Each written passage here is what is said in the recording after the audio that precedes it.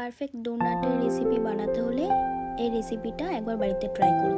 120 গ্রাম দুধ উষ্ণ গরম করে নেব, তার মধ্যে ইস্ট দিয়ে দেবো 4 গ্রাম আর চিনি দিয়ে দেবো 50 গ্রাম। ভালো করে মিক্সড করে 5 মিনিট রেস্টে রেখে দেবো। তারপর ময়দা নিয়ে নেব 130 গ্রাম, 2 টিস্পুন নুন দিয়ে দিলাম, দিয়ে দেবো 3 চামচ টক দই আর দিয়ে দেবো এক্সট্রা দুধের মিশ্রণটা ভালো করে মেখে নিয়ে তারপরে বাটার দিয়ে দেবো 2 চামচ মতো। তারপর ভালো করে সুন্দর করে মাখবে যাতে পুরো নরম সফট একটা ডো তৈরি হয়, যেন বেশিটা নরমই থাকে, যেন হার্ড না হয়।